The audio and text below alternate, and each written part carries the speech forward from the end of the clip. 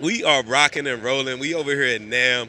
It's the 2024 NAM. I'm sitting down with some absolute legends right now that really don't need too much introduction, man. We got Young Guru in the building, yo. Y'all give it up for Young Guru. Wherever you at, if you in the crib, you sitting on your couch, you better clap it up still. You hear me? All right, we got Ben Thomas in the building. Give it up for Ben Thomas. All right, clap it up even on your YouTube screens. I don't care if you're on the phone, you in the car. Put your knee on the steering wheel and clap it up for a second while you're listening to this joint. And then we're going to have the beautiful Lydia Caesar moderating this conversation with us. And, of course, I'm your man, Wavy Wayne. And so let's go ahead and get into it. Lydia, I want you to go ahead and take the floor and kick it off. And kick us off. What an honor to sit here with three legends, because Wavy, you are a legend as well. Okay. And, so I want to just get into a little bit of the beginning, how things started out for you guys, right? So, for you, Guru, everybody knows that you are like the right hand to Jay-Z. Absolutely. And what was it like right before the Jay-Z call, the Jay-Z conversation, or whatever happened to get you in the room with Jay-Z? What was happening in your life, engineer-wise, career-wise? Where were you before that call, that kind of opportunity that changed your life? It was a long process, so not to give you the full history, because we'd be here forever. That'd be the whole podcast. But yeah, I went to Howard University from 92 to 96. 1996, I was a tour DJ for Nonchalant. That led me to Chucky Thompson, who executive produced her second album. Chucky was just the most beautiful person in my life. And that's when Bad Boy just started rocking, and Chucky would take me everywhere he went. So I would do everything for him in D.C. He would bring me to New York. He would be like, sit with Tony Maserati, sit with this one, sit with that one, learn what they know. So after feeling too comfortable in D.C., after a certain point, because I was like just going in a straight line, I took my chance. My family, my mother's side of the family is from Newark, New Jersey. So I was like, I'm going to go to New York and just try to get on. But it wasn't without a plan. So Derek Angeletti, who did the Benjamins, who did Hypnotize for Big, all of that, he needed an engineer. So another Howardite, he went to Howard. Okay. So I came up and worked on the Mad Rapper album in 99 for him. I met a woman named L'Oreal Coppage.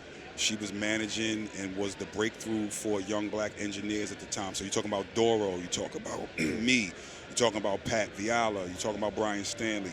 So basically all of the black guys that were doing everything for like Def Jam at the time, I became like the last one of that group. Met Memphis Bleak on a session that she assigned me to because somebody got sick one day, and Bleak just took a liking to me. We became brothers, like still to this day. He's one of my best friends in the world.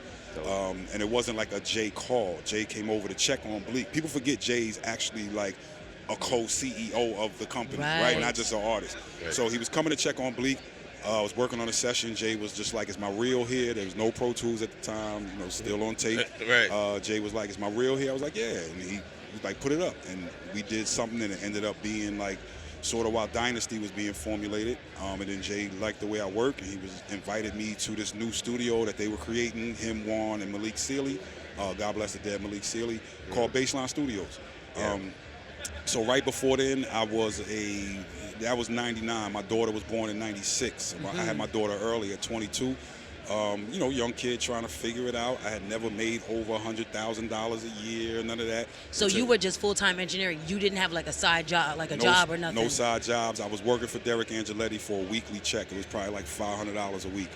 And doing That's everything. not so bad. Back then, that ain't so bad. It wasn't too long ago when I was working for $500 a week, right? And it wasn't the 90s. Sleeping in the studio, but getting that experience, like, How to Rob by 50 Cent gets created at that time. Ooh, that's a good one.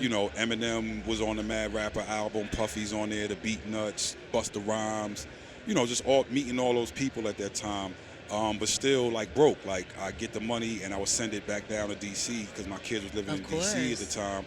And then after 99, when I got with Jay, it was just like the world opened up. You went from making $500 a week to like $1,000 a day. Nice. And then It's a great transition. Yeah, absolutely. Good Lord. Yeah, I moved my family up to Jersey, because my mother's from there. And that was the mindset. It was just like, just go, After that point, I was doing a couple like little mixes here and there because I had Baseline. But it was just a whole bunch of stuff that happened. Juan, who, we call him OG Juan, who runs Rock Nation Sports along with Jay now, was just a blessing in my life of go Goo. I don't know nothing about studios and recording. This is your space. Like, let me know what you need. Run this thing for me, along with other people. It wasn't just me. Juan had his side. Hip Hop, who was an A&R at Rockefeller, we had a great trifecta of A&Rs, right? So Hip Hop was the A&R that would be in the studio with you, selecting beats, going over the albums. Lenny, everybody knows, is like he never wears the same clothes twice. All the girls in the office love him. You know, Lenny could get everything done in the office, and G was the one who was like out in the streets, like kissing the babies and making deals. And it was like nobody stepped on each other's toes. Like, let G do what he doing. Everybody played their position. Let Lenny do what he doing in the office, and let us make the music. And I was just, I make it, y'all sell it. You know, like it was that sort of thing. So that's what I was doing prior you know what I mean? And then that first Dynasty, I came in like as it was kind of being formulated, like halfway on it. Blueprint was the one that was like me and Jay, start to finish, like beginning to end, and we've been together ever since. Yo, I just kind of want to touch on like the experience you had with like recording and cutting the tape. Like, what was that like, and how was that different to like the modern era of like recording? Man, it was I'm so happy beautiful. I missed that. It was so He's like, beautiful. I'm so happy that era was before me. I get where people say like punch it tape, in and you do know, it, but you have to get the razor. You was out there with the razor and the tape. Razors is nothing. Like that was easy for us. Like you was trained like that. That was normal. That's what it was. I tell you what, the difference is good and bad, right? Yeah. So the bad parts was like, okay, all analog synths, right? If you go eat lunch, they're going to drift a little bit and be out of tune. You got to come back and tune them right back to 440 before you start playing again. You know, tape was only 15 minutes. It's $150, and you got 15 minutes, so you got to really know what you're doing. Wow. I used to splice like, oh, it's 30 seconds left on this one, 30 seconds left on that one. Yo, find like 30 seconds worth of tape and splice it all together, and now we got another, we can make another song. The negative parts about where we are now is that nobody commits to anything, right? Facts. When you was on tape, it was 24 tracks. The 24th track was for Simpty. That was what you would use to lock the two tape machines together. And you really didn't want to record on 23 because it could bleed on the 24 and mess up your lock. But you were committed. So, which means that the person would make the beat, they put it on a CD or a DAT back then, and give it to the artist, and then the artist would say, yo, I want that beat. Then the producer would come in and track out the beat onto tape, right? You record it for like 6 minutes. Everybody's at the studio at that time. Versus nowadays where it's like, I email you this, you email me that. Producers don't want to send you the tracked out beat because they like, I don't want to change my sound. I'm not really into the 2-track mixes thing. But it was so much better because everybody you paid $1,000 to be in the Hit Factory, $2,000 sometimes for that day. So everybody was there, the artist, the producer, the A&R, me. Like, we all made decisions in the same room. That chemistry is just missing. It made it so much faster. The thing with the computer was supposed to speed us up and it really slow us down. Because I'm doing a mix and I'm sending it to 4 different people. I send it to the artist, I send it to the A&R, I send it to the producer. They got notes. Sometimes they notes contradict each other. Like, turn this up, turn this. And I'm like, who am I? If we was all in the same room, then we would make these decisions together. The other negative part about tape was that it was heavy. Like, it was like these big reels. So if I'm coming from baseline and I'm going somewhere else just to record, I got to get that tape transported to the Hit Factory. Imagine if there's 5 different tapes. It's amazing. It's a lot. You know what I mean? And that's also like the collaborative part. Like, even though I work with a lot of clients nowadays, like remotely, I love stuff like Listen To and Zoom. So, like, instead of me sending them the mix and waiting on them to email me back notes and stuff, I'd be like, look, let's jump on the Zoom call. Let's send you this Listen To link. And we're going to review it together. But then imagine, sometimes you don't even know what the client is listening to it on. You know what I'm saying? I love the video. I love the video where you're like, the person's listening to the mix as they run in some earbuds. Because it's like, are you listening to it on your phone, in your car, in a proper studio? It's true. And like, makes all the difference. Makes all the difference. When we in the same room, we all listening to the same thing. So there's positive and negative of both. But of course, the thing of like the speed of Pro Tools, the speed of being able to edit. I remember the first time, like, my very first session showing somebody this was Eric Sermon.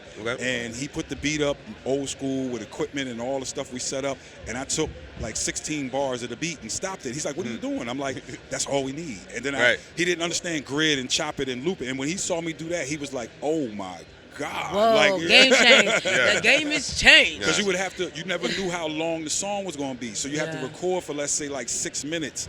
And that's the vintage thing of when Jay is doing the one song where he like, yo, put some more beat on the joint. Yeah. Because they literally the beat ran out because there's so many people on the song. That's a fact. And you know what? I also feel like the talent was just so different back then because it wasn't as accessible. Right? Everybody has access to be able to record themselves, and I feel like that's why like the standard is, you know, not to sound like a hater, but the standard is just so much lower now. It is. Because you had to know what you was doing. So you had to know what you were doing. With tape, it was either like, yo, I used to use Quantity and record at 250, right? For those that remember the old school. So you would either do 185 over +3, +6, sometimes +9. Okay. Or, you know what I'm saying? And it depends on how hard you want to hit the tape. So everybody had meticulous notes on what they did. You know, when you came into the studio, there was an hour prior to the artist getting there of you demagging the tape, cleaning the tape heads, putting the tape up, running your test tones, Calibrating calibrating the tape everything. machine. But it was a way more professional level versus like what we get now, where it's just like, yo, the producer did this at his crib with this setup. The artist did it at his crib with this setup.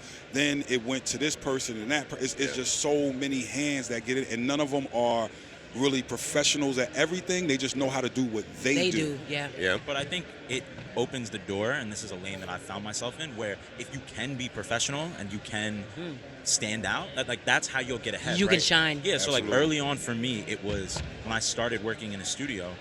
And I started interning there. I was like, look, I'm not going to be any of these people out on credits or experience. What can I do? All right, I'm going to learn every possible thing I can about this computer. I'm going to know how to take it apart, put it back together. I'm going to learn everything I can about Pro Tools. I know every menu command, every shortcut, this and that. So then when things would happen, I was getting the call, and now You're I'm the around. one. And so then eventually when an artist came in who really, you know, it was Ty Dolla $ign. When he came in and he really wanted to record, the only person they could call was me because I was the only one that really knew how to use it. Gems. So like that professionalism, you know, it translates from era to era if you can keep that going, and it really will make you shine. Or even like little stuff now, right? Like, you know, when I was working with Uzi, like his manager would trust me because he knew I knew how to write an email. He knew I knew how to answer a call and be professional. So now I'm getting included in conversations and emails that most other engineers would not. And now I'm learning the business. Now I'm seeing and I'm positioning myself in a certain way because I have that baseline professionalism. Okay, so Ben, let's because now you're jumping ahead, right? Because I want to ask you the same question that I asked Guru. Where were you before, you know, the calls started coming in that really changed things for you? Like, what did that grind look like on your come up, you know, before the Uzis and all the big names? Yeah, so I mean, I started recording songs with friends in like 9th grade, right? Like we would take the microphone from Rock Band and Garage Band, and we like begged our math teacher to let us use his classroom during lunch, and we would like download beats on YouTube and record them there. So that was in 9th grade, so that's 2010. And then when I was in 11th grade, I went to Grammy Camp, which is the music camp run by the Recording Academy. Love that. Yeah, and so that was, I had a music teacher who, you know, he pushed me to go, and that was really influential for me. It's the first time I was in a studio. It's the first time I was introduced to Pro Tools and that type of stuff. And then, you know, shout out my mom. She's amazing because I came back home from that experience over the summer and I said, I want to build a studio in the basement. Wow. And so she called her friend who was a contractor, and he would come like, it took us probably 3 months because he'd come in between jobs. Right. So like he'd come 2-3 hours on a Huge. Saturday, That's 2-3 hours on a huge. Sunday, and we built a vocal booth in the basement. You know, I saved my money. That speaks to the time period too, man, of like one of the things I tell my students all the time is like, yo, you got the internet there. So a little less time with the nonsense and a little more time researching, because when I was first starting, and again, I'm dating myself, like I'll be 50 in February. That's lovely. But Big up. when I first started, you know, there was no internet. You couldn't just look it up. You had to go to a library. You had to, you know, buy equipment and try to put stuff together. I remember like finding out where Insonic's office was and actually going to Insonic to go get a manual for not even an ASR 10 yet, the EPS 16. You know, like having to do all of that type of work, putting together speakers, shocking yourself a bunch of times, and then figuring out like you're not going to die. Like, okay, this is what it is. I used to unwire my setup and rewire it over and over, just so I can understand how signal flow worked and understand, because, you know, I also say similar things because even even though I'm not that old, but back then, if you remember, there was no content on YouTube back then. There was none. There was like 4 videos, right? Yeah. We were figuring it all out. But so when I went to college, It wasn't no YouTube when Right. so when I went to college, I was still involved with the Recording Academy. Back in Philly, I went to Temple. I went to a networking mixer. I met one of my closest friends and business partners now. His name is Chill Moody. He introduced me to Anthony Bell. Ant wrote and produced Golden for Joe Scott and Vivian Green, Jazmine Sullivan, that era. Ant brought me to intern in his studio. So I was interning in his studio, full-time college student. I also was really involved in finance. That's really what I want to do. I want to work on Wall Street. So I was interning. You still want to do that? No. This is back in college. Okay. This is back in college. Okay. But I was like interning at a wealth management company in Philly. I interned at Deloitte. So I would literally class, 9 to 4, go home, put on a shirt and tie, take the train downtown, in the office making spreadsheets like 4 to 8. Yeah. Go home, change again. Now I'm at the studio cleaning the floors, going on runs till 5 in the morning. Wow. Did that every single day. A couple of things happened. The classic story of like, yo, this person can't come to a session. Ty just booked out the studio. Like, if you got it, we'll hire you. Boom, did that session. It went Now well. you're thrown into the seat. Literally. And right? you're ready because you All have been that preparing. preparation. Yeah. Yeah. Then Ant called me one day, was like, yo, I bought Jazmine Sullivan a mic. I bought her some HS8s. I bought her a duet. I got her iMac. I put Logic on it. Go to her house, show her how to record herself. I tried to show her. She wasn't really feeling it. And I was like, look, I got to take my shot. I gave her my number. I said, look, you don't want to record yourself? I lied a little bit. I was like, all right, just go to class. I'm like, no, I'm doing all this other stuff. But I saw the opportunity. You don't want to record yourself? Here's my number. Give me a call. Didn't hear from her for a couple weeks. She started calling. So now I'm going over to her house doing that. Wow. Then a couple years later, graduate, still in Philly, met a close mutual friend of ours, Cruz. Yeah. Cruz threw me under his wing, had me working under the me. day that you got the Uzi call, Yeah. I remember that day because OG Juan was like, yo, we need somebody for Uzi. We need somebody. And I'm like, Juan, like me and Cruz is over here. Like Cruz was dealing with me. I was dealing with what I was dealing with. Yeah. We never talked about it, but I remember the day you got the Uzi call. So yeah, that Wow. happened a couple years later. So yeah. So I That's spent so some time dope. working under Cruz, having me come to New York. Like I'd be in a little side room. He's recording with Meek, sending me the files. I'm doing Right. beat chops and all that stuff. And then, It's such an ill thing because it's like a ladder go down. So Exactly. Cruz was working at the 40-40. Wow. Underneath, if Cruz was over at the 40-40 and Meek needed somebody that day. Wow. And I was like, they brought him over because he was already in our system. He was cool Right. with Dez, he was cool with Juan, and Cruz might have been the only person that Jay ever let in my sessions. Okay. So he would be like, tell the assistant, like, sit outside. You know what I'm saying? Sort of thing. And Cruz was the only one. He was just cool. So it was like, Cruz came to rock the mic, like the information was flowing from me to Cruz, then Cruz to you. It's like, it's weird how things just move like that. Exactly. But it's That's important dope. I never that it knew flows that that. way. Yeah. And then then I got a call beginning of 2020, right when the pandemic started. Like, yo, called one of the producers from Working on Dying was like, yo, you want to come to my house and record Uzi? And I actually said no at first, right? I said no because I had heard all these stories, but thankfully, my lawyer, Jason, called me and he cursed me out, told me I had to go. Right. And then, I rocked with Uzi for almost 4 years. Your trajectory in such a small amount. I mean, you have 7 Grammys? I've 2 wins and 8 nominations. 2 wins and 8 nominations in such a small window of time. Like, what has that been like for you? Like, how do you balance it all? So much work. Like, Sorry, are 2 you, wins and 6 nominations. It's 8 total. Okay. My fault, yeah. Like, do you find yourself turning away work? No, I mean, I think when I was really heavy in it with Uzi, I mean, it was a lot. We were doing 10 p.m. to 10 a.m. 7 days a week. I mean, at one point I did 99 12-hour days in a row, like the travel, living in hotels, just traveling around. But it's what I wanted, so you found ways. Because you know how it is. No rapper is showing up at 10. Right, No. so he's not showing up till 3. Okay, so you have that time to do stuff, and that's when when I got connected with Friday, it's like, all right, I got to get these mixes on. I see the opportunity, so we're working from there, or going home and doing. That's why, like we were talking earlier, that's why I optimize my headphone setup. Yeah. So I know that when I'm in a crib, if I'm in the hotel room and I got to turn this mix in, I'm getting it done because ultimately that's the direction I want to That go. is So I another can't say question. no. I Might as definitely well want to pivot. dive into that more because that's something that a lot of folks may not even have access to is like proper studio room with a proper acoustic treatment. And so you traveling, right, and you have to start mixing in your headphones or mixing on less than optimal situations.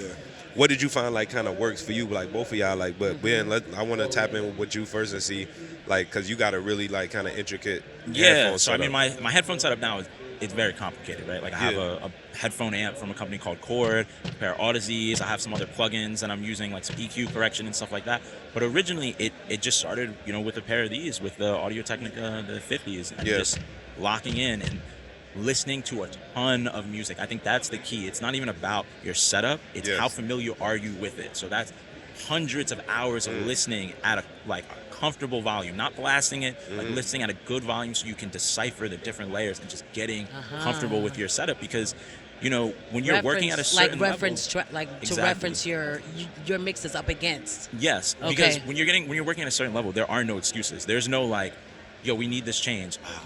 You know, I don't have the studio, because that's one of the benefits of you know, not having to do it analog. Being in the box, it's like, we need this change, got it. Or you know, so and so is about to perform on Fallon in half an hour, and they need this edit, this like that level of professionalism. You have to be able to make it work. So talk to me more about like what's the plugins that you're using, and also the headphone amp that you're using. Like, how does that help you get a better sound in the headphones? So the headphone amp I use is by a company called Chord. It's called a Hugo 2, and then it pretty much, if you think about like your regular interface that you might buy, right? Like, let's say that interface is $700. Right. In that $700, they have to fit the preamps, the headphone amp, the output, everything. This is just a headphone amp. So of course the components are a lot higher and stronger. So we pair that with the Audazee LCDXs, and then I use just an EQ curve that my homie Ryan, who made the Gold Clip plugin, he made me just a nice EQ curve. It's no more than +1 or -1 on any side. And then I use either built into the headphone amp, there's a crossfeed algorithm which will bleed some of the left side into the right side and narrow the stereo image so it feels more like monitors. Or sometimes I use a plugin called Can Opener by Goodhertz. So those are just on the print track. So those don't get printed. Those are just for monitoring. And then with that, I mean, I did Friday's whole album in headphones, right? All the songs. Nice. I did most of the mixes on Pink Tape in headphones as well. And nobody's ever been like, did you do those headphones? Like, no, they sound fine, right? I optimize the setup. Okay. Guru, what about you? You ever mix in headphones? All the time. But for me, it's a lot simpler. Yep. I just have my Sonys that I've known, like to me, they like NS10s. Okay. Coming straight out of my Apollo Twin. MDX? Yes. Okay. Coming straight out of my Apollo Twin. I'm not in that situation of being able to carry a whole bunch of stuff because I have to DJ on tour for Jay. So there's plenty of times when like we was in the finals of like mastering for Everything Is Love, and we got a show that day, and it's just like Jay will say, yo, I want to add bass lines to these 2 records, and we got to do it and turn it back in. You know, like he's saying, the time thing is realistic.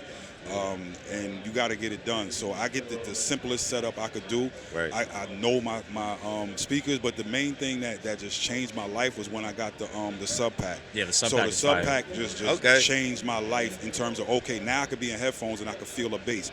The bass is a major thing for me. So I got to be able to feel it. I don't want to just hear it. I was always curious about the Subpac, like if it's just like gimmicky or it's not is gimmicky. Okay, so once you get to learn it, for a beginner, because Yeah. I'm just starting to record myself, right? I've never had to because I got him in the bag. So now I'm starting to record myself on my own. So I'm loving this mixing in headphones because that's how I mix at home. What is a Subpac? So a Subpac is an actual like pack that you put on. You wear it. Yes, you It's wear kind of it. like those massage chair Yes. inserts, like those. So you put a pack on, Yeah. you plug that into whatever your interface is, and then Okay. you plug the headphones into the Subpac. So what the Subpac is doing is recreating the frequencies of the bass, but it comes through your spine. Like you feel it on your spine. So now it's the same thing as if like this chair was kicking out the bass. Once you get to learn it, like you said, You we use have a the Subpac advantage. too? I haven't used a Subpac before, but I know about it. We get the advantage of I got mixes for years that I know what they sound like. So now when I put the Subpac on and I play back a mix, I'm like, okay, this is what it's supposed to feel like. This is what it's supposed to sound It's like. giving you that low end. It gives you all that low end. That's the thing that you miss from headphones. I agree. Whoa, can that's feel really cool. Yeah. That's So crazy. That's dope. The Subpac allowed my life to just be so simple on the road. But we do kind of have the advantage of I get to set up in whatever stadium that I'm in or whatever, and I just know my speakers. You know what I'm saying? So at the end of the day, NS10s will never fail you. Like Gotcha. I agree. I've been listening to them forever. I know what they sound like. It's a cheap speaker on purpose because it's supposed to be like, if it sounds good on that, it's It'll going to sound sound good good anywhere, on anything. yeah. It's actually For sure. crazy because you can tell, especially for younger engineers that have more mileage, you can tell how they came up depending on how they feel about NS10s, right? Right. Like if you came up in a studio, you know them, right? Yeah. Because that's just what being in a studio is. But if you didn't come up in like a big studio, then you're usually like very standoffish towards Are you them. standoffish on? No, on I the came NS10s? up in a big studio. Yeah. Like I worked in big Yeah, studios. I will tell you this though, it's not the speaker. Right. It's how well you know that That's- particular that's- speaker. Speaker. Okay. It's the That's all it is. It relationship could be between any the speaker, equipment so- and you. When I was in LA and COVID hit, right? Obviously, all of my stuff is on the East Coast. Right. So I'm building just a desk and some let me get work done while I'm trapped in COVID in this new apartment that I got in LA. So of course I went online. I ordered my NS10s that I ordered. The last ones was only like $300. Yeah. Right? Wow. They was cheap. I went to Guitar Center. But they probably, I'm sure they. Is it like with them being like vintage? Like they probably sounded different than other NS10s that you. I mean, there's different versions. There's like different whether it's the studio versions, versions, but- the original versions. But I always do the original versions. Yeah. Okay. And I did a thing. I knew what was happening with Yamaha, right? So I went out and bought massive amounts of replacement woofers and Whoa. tweeters before you couldn't find them. Yeah. So what actually happened was Yamaha was cutting down a specific tree to make the white woofer and did not think to replant the tree. So after a certain number of years, the Wow. tree, you got to let it grow in order to make the woofer. Long course. story, but that's Wow. what it really was. I bought a bunch of, so I got an infinite amount of replacement Okay, woofers. okay. But my point is, I went to Guitar Center and I bought these Callies, right? I had never heard of it before. It's Yeah. spelled with a K. Yeah, Yep. Cali And- Audio. Cali and I- Audio, Yeah, and I yes. put them up and I was like, wow, this sounds really good for a cheap speaker. And Yep. I learned them. And then it was just like, I'm making a point that it's not the speaker, it's really how well you learn the speaker.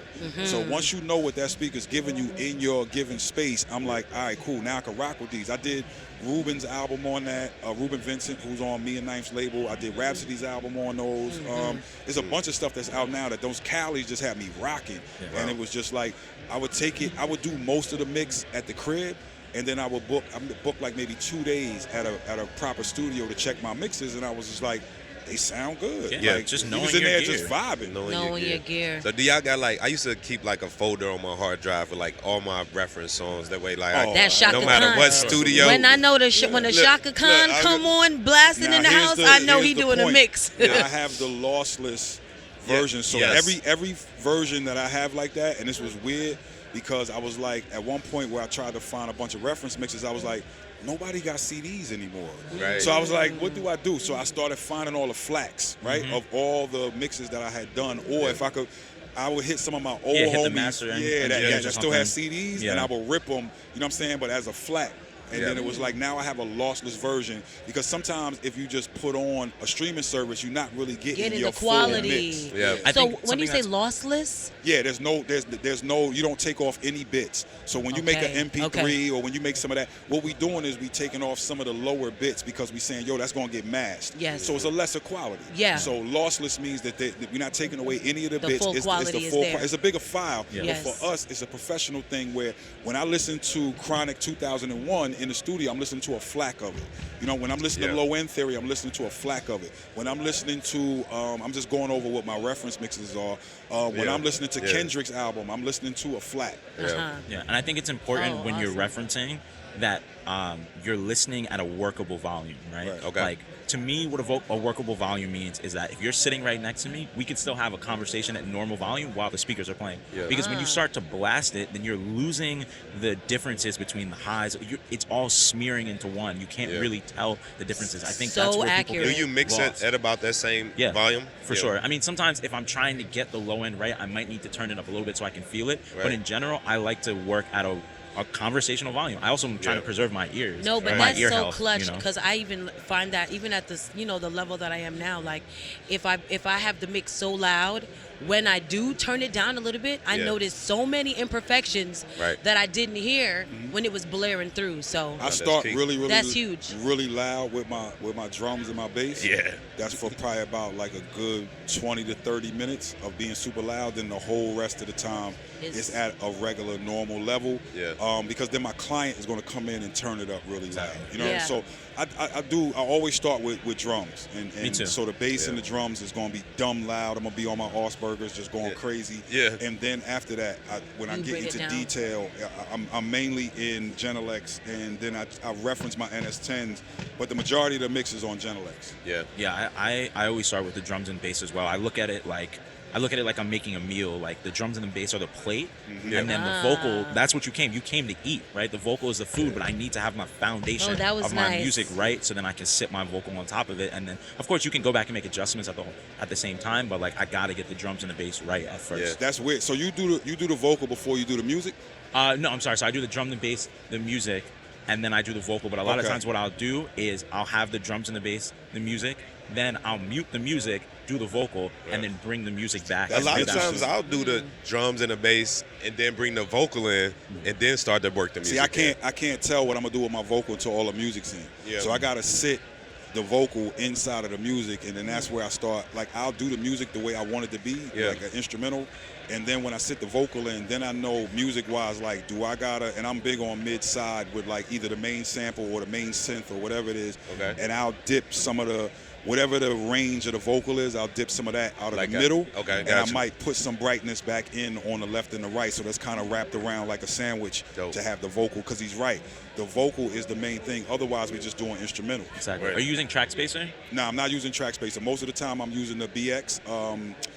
What is that? the BX, Master EQ. Oh yeah, that- the V3 EQ. with V3, the- not yeah, the D3, V3. Yeah, So that's yeah, like I my love that that's my one. main Yeah. one. I love that on the master as well because Yeah. it has that mono maker That button at the mono bottom. maker, So I yeah. put that Yeah, on of about course. 60 to And like sometimes tighten every 60 little. to 80, Yeah, yeah, it yeah. tightens up the bottom. But for the audience though, like you Yeah. don't gotta go with the super expensive plugin. Like Absolutely a not. Pro Q3 can do the same thing. You know what I'm saying? I mean, look, even the stock EQ in Pro Tools is doing Yeah. the same thing. It just Yeah. doesn't. The graphics aren't there, but like the same Yeah. thing. So look, you just mentioned the mix bus, which is something that I definitely just wanted to about bring to.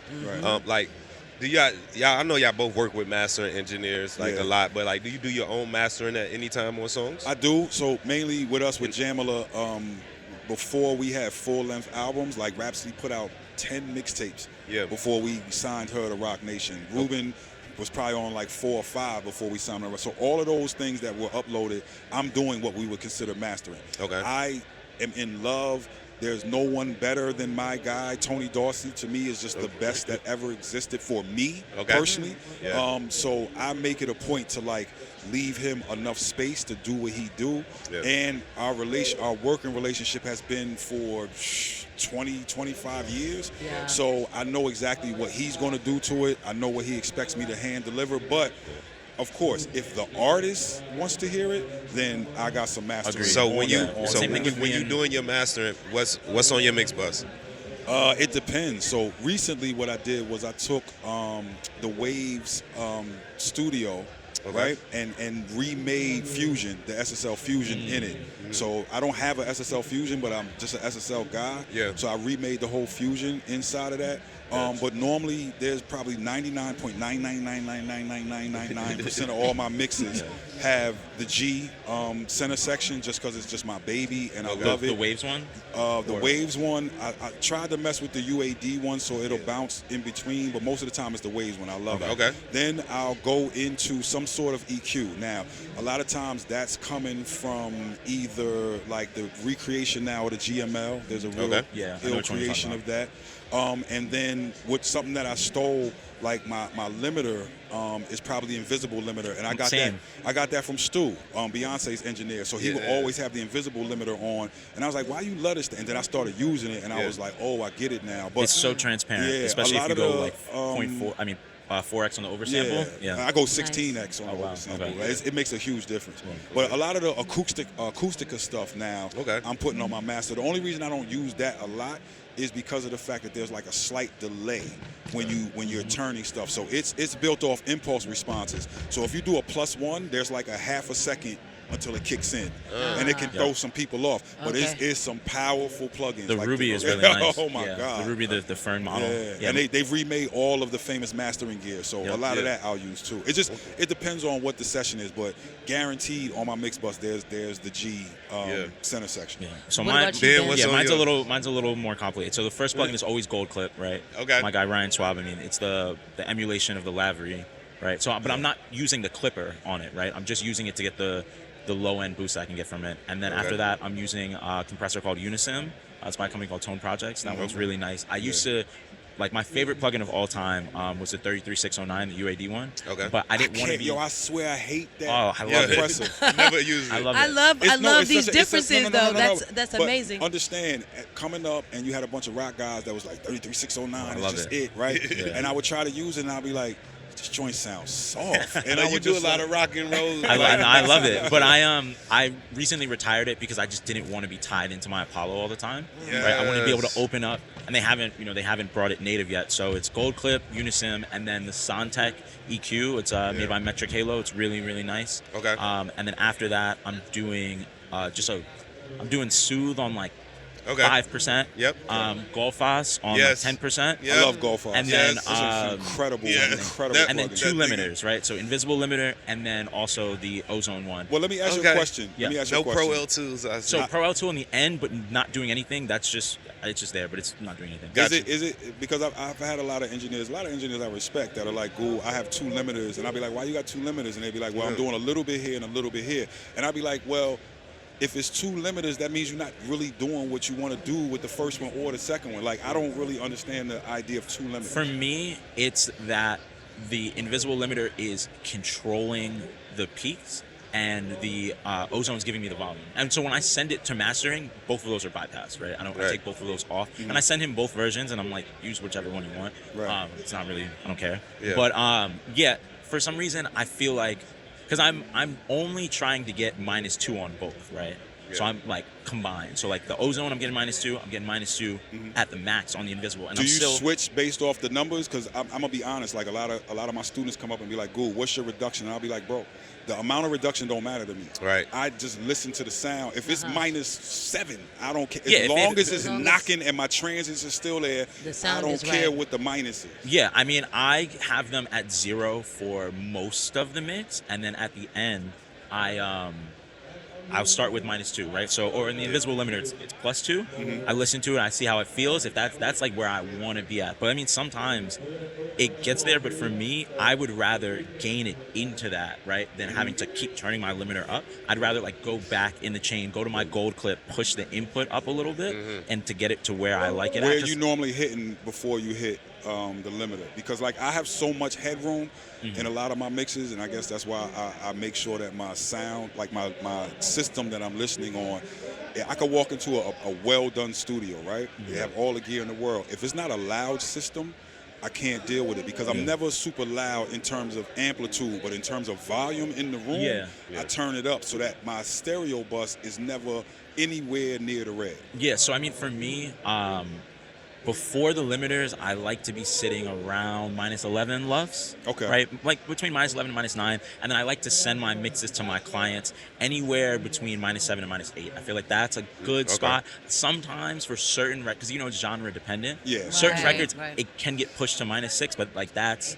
a little hot for me, right? Like -7 is the sweet spot where I feel like I'm still retaining my transients in the low end, but I'm loud enough that my clients will feel like they'll feel it. It won't feel underdone, right? So that's like the sweet spot for me. But for me, everything that I do in the whole mix is small, right? Like sometimes you'll get a certain signal. Let's say that's a sample, and there's just like 1K just like shooting out, and you gotta like notch it out or something. But in general, if I'm doing EQ moves or even on the master, we're doing -3, like.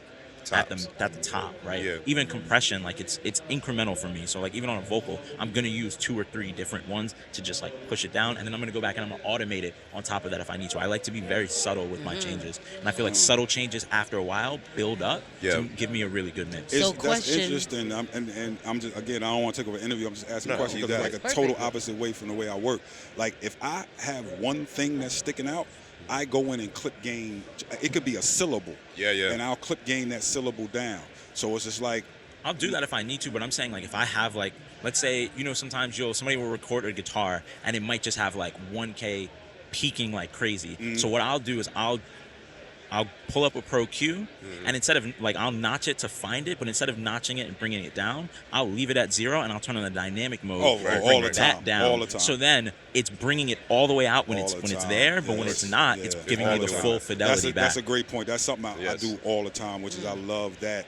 And again, this is why I just love that plugin that because plugin is it dope. does everything. But that particular thing was something that changed my life because it was like before, if I was in analog mode, I would have notched out that 1K, and now it's notched out for the whole mix, and it's not always a problem. Right. So for the audience, that dynamics. Are you using of that, natural phase? I switched it from zero latency to natural phase, and it's a completely different. Yeah, a complete difference. Of course, I have to use It's a zero little latency. bit more. It's a little bit more processor heavy. Yeah. But it's a complete difference. And we talking about a plugin. When I say processor heavy, it's not like a Surfer EQ, right? Exactly. Which is like automatically gonna put you at like 3,000 behind, right? I'm talking about it might kick it up to like 100 or 200, which is still doable.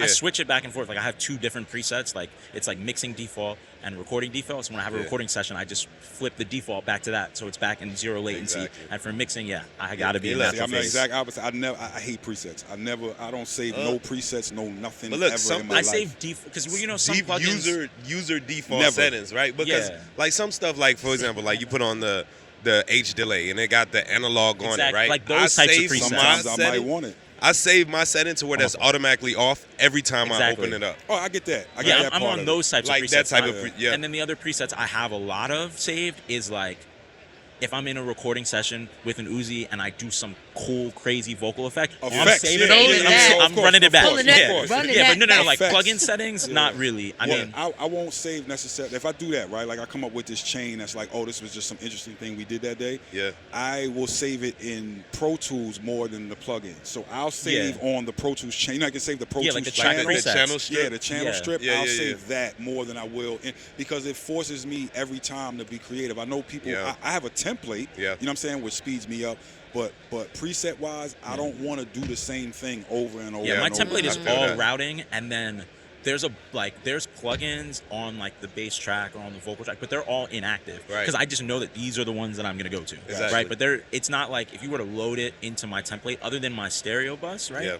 It's not gonna sound drastically different, but you'll see a bunch of inactive plugins. That's just to speed up my workflow. I know on a vocal, I'm gonna turn to this Pro Q3, so it's right there. I can just click it, but it's flat. That's how I use templates for the most part too. Like when I'm mainly doing recording sessions. A lot of time when I'm doing a mixing session, I might not even use a template. I just want to be creative from the start. My mix is always based off a template. Yeah, I gotta. But people be doing crazy shit. But when I'm doing a recording, I don't want to have a blank channel where there's no EQ and no compression and no reverb and stuff. Like there's certain stuff that I want to be able to easily access. Like if I was in the studio, like I wouldn't have to go and find a EQ or go find a compressor. Like it would be on the channel. Like, you know what I mean? Like I had to, because when I was with Uzi, I mean, the way it would work is like I'd get all these beats from producers, right? I put them all in folders based on their name and like the date they sent them to me, and I would just spotlight preview them and play them. If he's like, that's the one, I would tag it with a gray tag in Finder, and between me picking that beat and it being loaded up, it's like 2 minutes because he's ready to go. He's not writing anything down. He hears an idea and he wants to be able to go. So I have to have this like fully built out template with all his settings, so that all I got to do,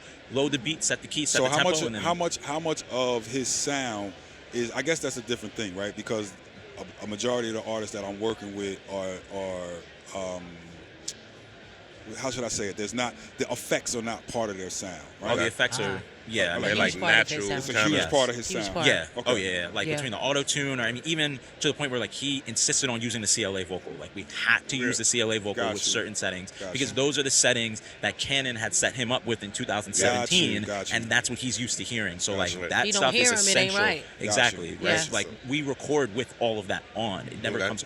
Even if we're doing a feature, I'm sending all of that.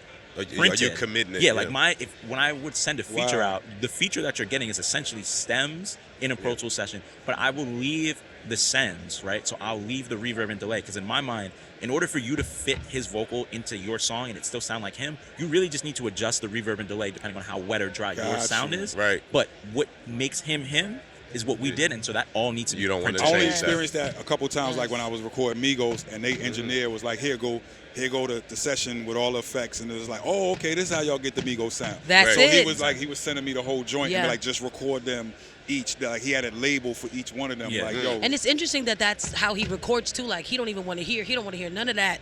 He wants that sound that he has when he's recording. Yeah, I think it's because with artists like an Uzi or like Amigos, it's important to understand that since they're younger, they didn't come up rapping on the corner, but they've never heard their voice regularly, without the right? effects. Especially certain artists it's so true. who haven't, That's a great point. like recorded them, especially, maybe not them, but some artists who like their first opportunities were in a studio with somebody. Yeah. Yeah. You know, so they never even had the like recording it, like they've never heard it any other way. So that's Yeah. a part. It's a part That's of the how a sound. lot of songwriters are with autotune. Like, don't even pull up any kind of track without the tune. Yeah. They don't want to write or hear themselves without it because Exactly. it's just something different. Go So ahead. on the mixing front, Yeah. what is something that for all of you and you too, Wayne, that Yeah. is there something that you do every single time you mix, a technique that you always use, something that you For me, I'll start it off. I'm gonna say edit, right? Oh, you like stole to mine. me, look, that's why I want to jump off first. Like, for me, like editing is so crucial to getting a good, clean mixing sound that I think a lot of folks like overlook that part, right? And, like, so I want to clean up the breaths, whether it's gonna be like clip gaining them down or deleting them out of there, getting rid of any clicks and pops, making sure all the time is right. Editing, that's gonna be the first thing that I'm doing. okay. Yeah, what I do now, which makes my process so much easier, is I ask and almost require that you send me the song before the mix day, so that I can clean up and organize the song. I find that a lot of engineers nowadays do a lot of complicated stuff for no reason. Yeah. And that was the yes. next question. So Like I'm glad what? you said Like that. what? Like Talk just, about just, it. just they'll put tracks that could be all together on different things. Right. I get a bunch of folder tracks that don't need to be folder Yeah. tracks. Yeah. I get stuff that's just like all over the place where some stuff is being sent here, and I gotta kind of learn the song first and the way that you did it before I can even mix. So that first day when I first download it and I'm sitting at home and I'm comfortable and I'm not wasting your money in the studio, Yeah. I'm organizing it so that my mind can understand what you did. Got Now, it may take a little more time, but I'm going through each and every track where I'm like, okay, this guitar, amp or whatever is crucial to the sound, right? That needs to stay there. Yep. This de-esser, I'm gonna do better. Right, Like right. take that Uh-huh, off. This okay. particular thing is particular to the sound, or this effect that y'all made is particular to the record. I'm going to keep those, but as much as I can strip everything back to being just basic and still keep the record, Yeah. I'm going to do that because I'm about being simplistic. And a Yeah. lot of people, what I say is it feels like I'm old enough to know the difference between when you had to type a paper on a typewriter and when word processor first came out, Got right? it. And when word processor first came out, you could start doing italics, you could underline it in different colors. There was Yeah. all this stuff you could do, and people did it, and the paper looked nasty because it Exactly. was just like, you don't need to throw every little trick Every onto single thing that the came session. out onto I- it. Yeah. So the they- journey yeah, I've people seen do for- unnecessary nonsense. Yeah. The journey I've seen for engineers, at least for me, it goes like this. You start off, you don't know what you're doing, so you're barely using any plugins because you don't know what you're doing. Then you start to learn how they work, and you're like, I'm gonna do it all. Like, Right. I remember I did this, this super street aggressive mixtape for this rapper in Philly back in 2017. And if you listen to it, there's a delay throw on every word, like every possible delay throw. I did it all. Because Yeah. I was just learning how to do it. I'm like, I'm doing it all. Like, And yo, this then tight. And then you realize, like, no, it's It don't add on tasteful. to the song. It doesn't. You know, Yeah. or you'll see, like you were saying, you'll get sessions from people, and I'll open it, and every single insert slot is full. And I'm Yeah. like, all right, Wow. what are we doing here? You're and doing then the you, most. you click one of the EQs that has a 6K shelf. Okay, cool. I click the next one that has a 6K. Okay, what are we doing here, The right? biggest thing you could do, and this is for the audience again, if you get one of those that got a million plugins on it, and you disable all the plugins and it sounds better, Yes. take all of it off. Or Take the them other one, off. the big thing, and I know you guys probably noticed this for mixing, a lot of people don't really understand the stereo bus. I get a lot of songs where if I just make everything inactive on their stereo bus, bro. it sounds infinitely better. Infinitely. Yeah, I got a lot of students that I'm like reviewing their mixes, and I'm like, bro, like it literally just sounds like you ruined the mix on your stereo bus. Like your limiter is like you distorted everything. Like if you bypass that limiter or whatever you got on there, It means I your mix guarantee ain't you good. your mix is gonna if come you back. trying to fix everything on a stereo Yeah. bus, it means you didn't do the work. I to never get go to the stereo bus to Yes. fix anything. My stereo bus is just like I look at it like a console. It's just there. I barely ever touch anything on it. I'll adjust the level of the limiter, but Right. even the EQ curve that I have, I never change it because it's Yeah. on from the beginning, right? Yeah. But you have to go to the individual tracks, and a lot of times I think people Yes. forget that. When I hear a problem, I never go to boost to fix it. So it's like there's not enough high end. Okay, so let me look at the low end. Students. See what I can remove. Hold on, stop for a Yeah, second. yeah. Uh-huh. Students, please understand what he just said.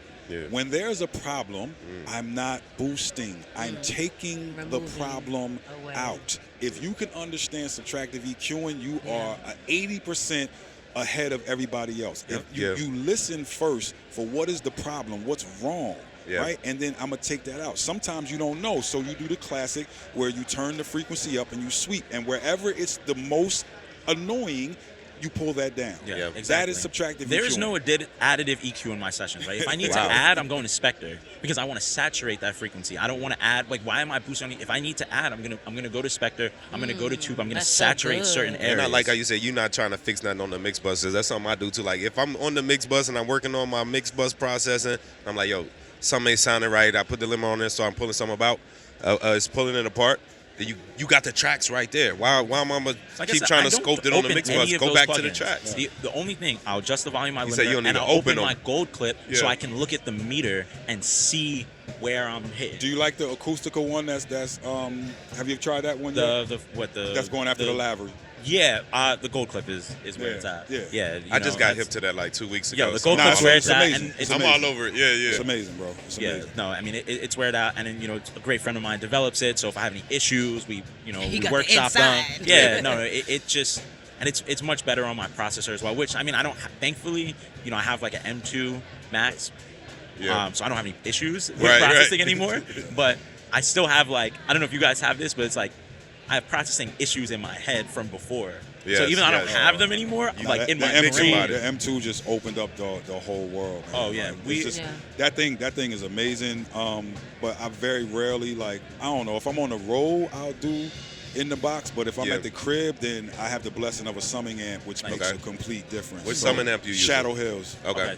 So the Shadow Hills one is dope because you have this choice of a difference between iron, copper, and steel. Yeah. Right? I hope I'm saying them in the right order. Nickel. Nickel, something like that. But what it's basically doing is saying the transformer on this board was based off of this. Yeah. So this one's supposed to sound like an API. This one's supposed to sound like a Neve. This one's supposed to sound like an SSL. Nice. Now I got a hack for that because I have a summon amp. I got the Neve 8816 that I use, but what I do, a lot of times I'll run I got 2 Shadow Hills mono gamma preamps. Right. And so I'll just run line inputs of the mix through those preamps. That's all it's doing. And basically do the same thing and choose my nickel or my... Yeah, if you know the Shadow Hills, what it's doing is summon everything. If you're using it just in 1 and 2, like listening to Pro Tools, those gammas you can use them as preamps just for microphones for whatever instrument. Right. When you flip it into the mode that's summon, all it does is sum all that and run it through those at the end, so you can kind of emulate those with other summing amps. Yeah. That's really the whole idea. I love gear. But it's just incredible,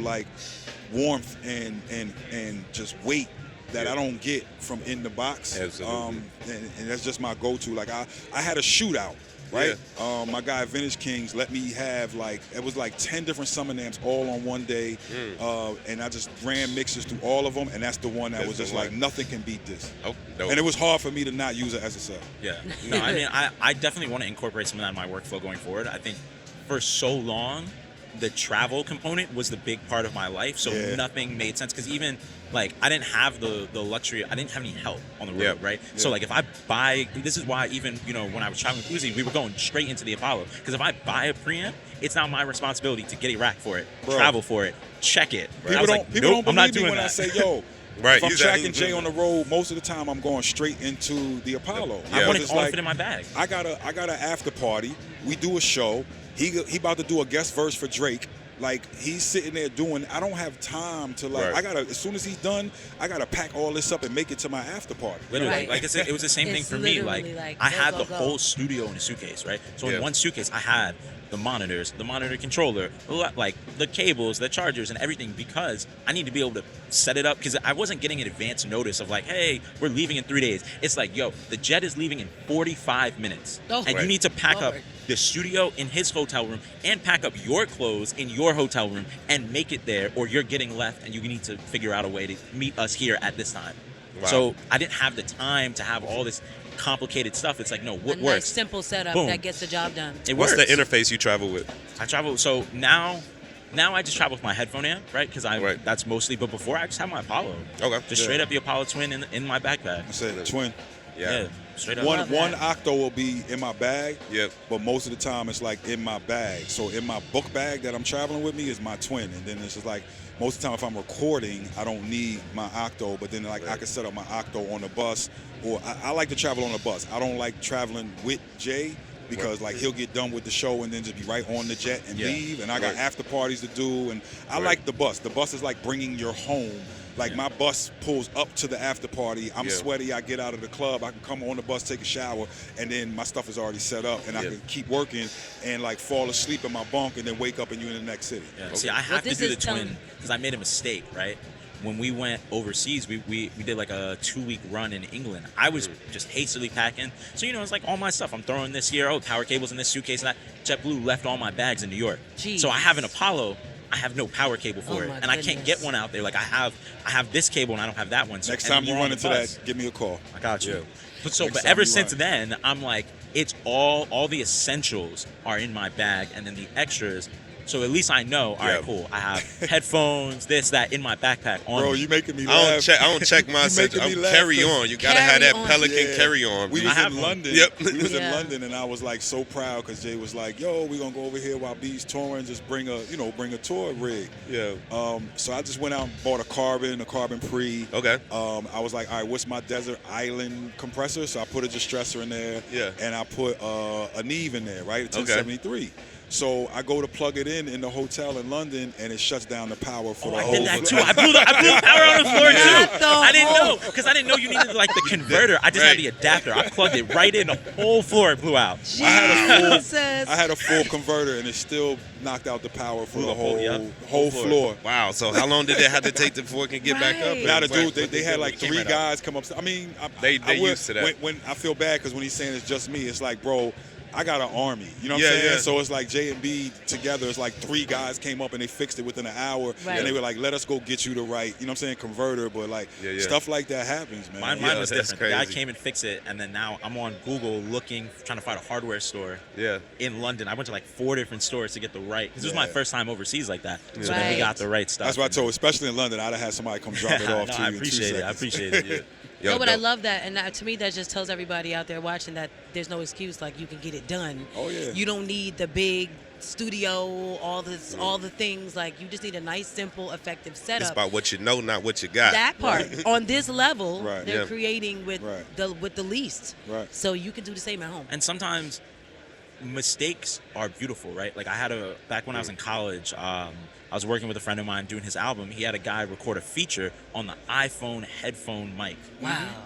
And he came in to re-record it, and the vibe was just, it was All missing. the time. And so it was distorted, but it wasn't terrible. So I said, all right, here's what we're gonna do. We are gonna distort it even more. So now it sounds intentional. Amazing. And now it's like, it felt like we did that on purpose. And now we got to capture the vibe and give it a good, like, have a new character instead of having them re-record it. It just wasn't the same. Bro, do you know how many That's times Jay amazing. Electronica records just into the laptop microphone?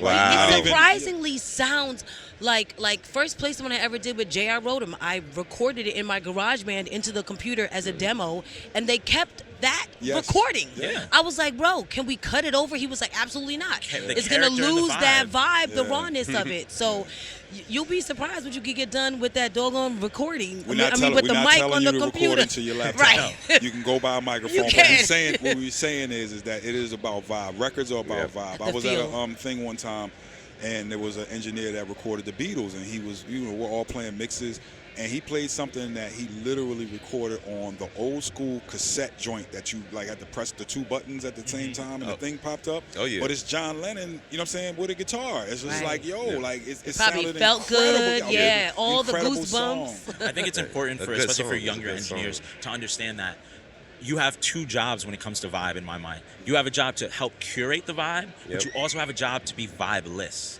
Right? I look at both of them, right? So helping curate the vibe of figuring out, okay, what does my client need? All right, cool. You know, if they like this certain type of candy, let me make sure the studio has it, or either I get it, or I make sure I let them know in advance that we are expecting this. Like, Uzi's allergic to chocolate. Okay, cool. Do not have any chocolate in this room, right? It's gonna he's gonna see it, it's gonna throw his mood off. But I think it's also important while you're curating the vibe to also be vibeless. I'm ready to work whenever. I don't need to like, oh, I got it. Nope.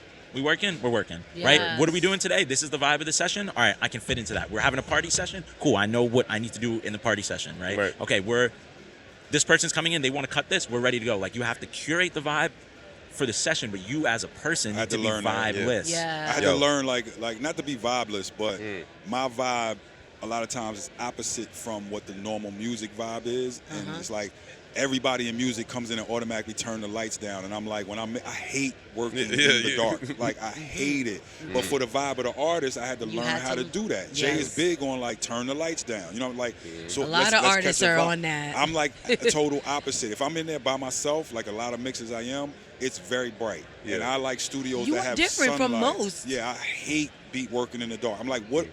Close your eyes if you want to be dark. Like, I don't like working in the dark. I'm the same. I want it to be. I feel like as an artist, though, it helps you feel less vulnerable. Like, I don't know, you feel like so seen in the bright. When it's lower, you feel like more safe. I get it. You know, it's and just I guess me. That's why what I said I had to learn. And you learn to put yourself last. Like, you are there to facilitate a record. And it's not always just lights and things. It's like, yo, like this young girl that you know can sing, and you've watched her in church go crazy and just sing, but that's her comfort zone. Right. So if she's in the studio with the microphone in front and a red light come on, it's just like now she's just like a deer in headlights. Right. You got to figure out how to get her back to that place comfort. where she's comfortable to produce.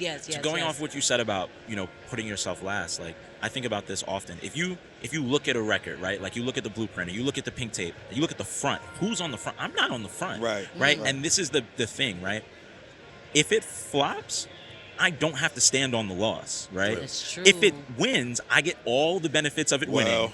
We different in that. If it flops, they coming at me. I mean, no, they're coming at me too. But I'm just saying, our name's not on the front. Our names are on the back. So it is our job to cater to the person whose name is on the front. If you don't understand that, then you're probably in the wrong industry. And you're honestly, in the wrong if it flops, like the people on the inside and the back end are coming at you, but the general public. No, I'm talking about the general public comes at me. Why does this album sound like this?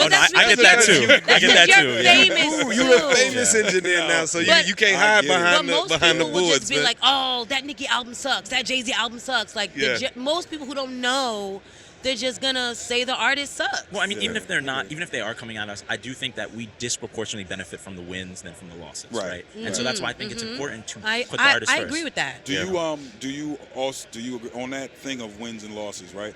Do you agree that engineers should get points on the album? Ooh, this is good. I think it. Yes. Yes. This is why. This is why. Yes. This is why. You know what? Yes. If I make a hit song, right, as an engineer, I only have 2 ways of monetizing that. Three ways as an engineer. I have the money that I made the day to record it or mix it or whatever.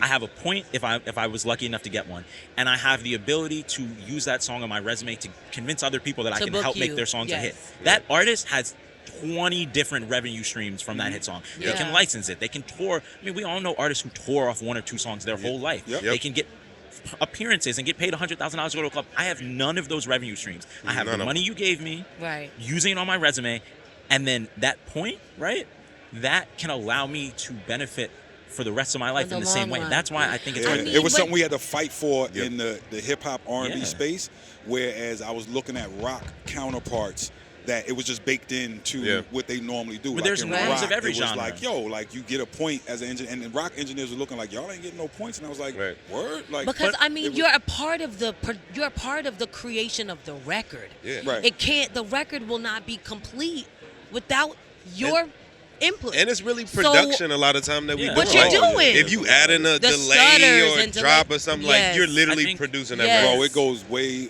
just as much as I'm clearing the samples. Like I'm in a meeting with the label, like with a spreadsheet, like these are all of the samples. I'm like, they're calling me like, hey, these 3 producers said that they worked on this beat. What cut should they, like? All that. That part I hate nowadays. That it's 3-5 different producers on the beat, and I'm just like, yo, who made the beat? Who made the beat? I added the clap. Look. I think this is this is the thing about like the production process. I'm trying to remember what I was about to say, and the points and stuff. It's like that is the income stream that we have. And sorry, what you were saying about rock, right? Every genre has their norms, because on the flip side of that, right, if you go and do a country record, because you know how now in hip-hop record, if you look at the songwriters, the artists, the writer, and all the producers are credited as writers. If you go and look at a country record, the only person credited as a writer is the writer, not the producers, right? So it's just every genre has their norms, and we have to break them, because we're earning these points, and there's no reason that we shouldn't be able to benefit, because I think it's important that, and I tell artists this, you need to make sure that you align everybody on your team's incentives so that you can figure out how to get them to win, whatever that looks like. Some people are motivated by money. Some people are motivated by awards. Some people are motivated by good music. Align everybody's incentives, and you'll get a better product. Well, I'm going to tell y'all right now, y'all can keep them awards. Yeah. To the young people, I know that's your dream. Go ahead, go win your award, but the awards do not feed your family. So I agree. I heard that. Y'all make sure your business is together. Yes. Make sure that you are getting the money, because after a certain amount of time, it looks nice with the glitz and the glamour. Like, it was funny when you just asked them about how many Grammys we got. I was like, I actually don't know how many Grammys I got. Like, I stopped caring. I mean, my number's under Stop 10, so I can keep track of it. I stopped caring and thinking about that. No, but you're right. Yeah, it don't matter to me no more. And have the gotta wrap it up. conversations before the songs blow up. That was That's last the thing. hard part for younger people, and I get it. It's very hard. If you're an aspiring engineer and you get this Lil Uzi call, how are you going to initiate this? I'm walking in and had this conversation with you before we even establish a relationship. That's the difficult part. So I maybe always, a manager. It is. I got lucky having that a middle, I had a manager somebody from the where jump. that takes you out the equation can help. Absolutely. Yeah. But it's a give and take sometimes when you're trying to establish a relationship with a person. Right. And also handle your business. And handle your business at the same hard. time. Yo, if I can, before we wrap, I just want to get one piece of actionable advice from each of y'all that anybody listening could just take right now and start to apply that's going to help them. Just like one piece of advice that we can impart right now. Man, I would say go through the normal process that we do, right? We look at plugins, we get excited about it, we use it real quick.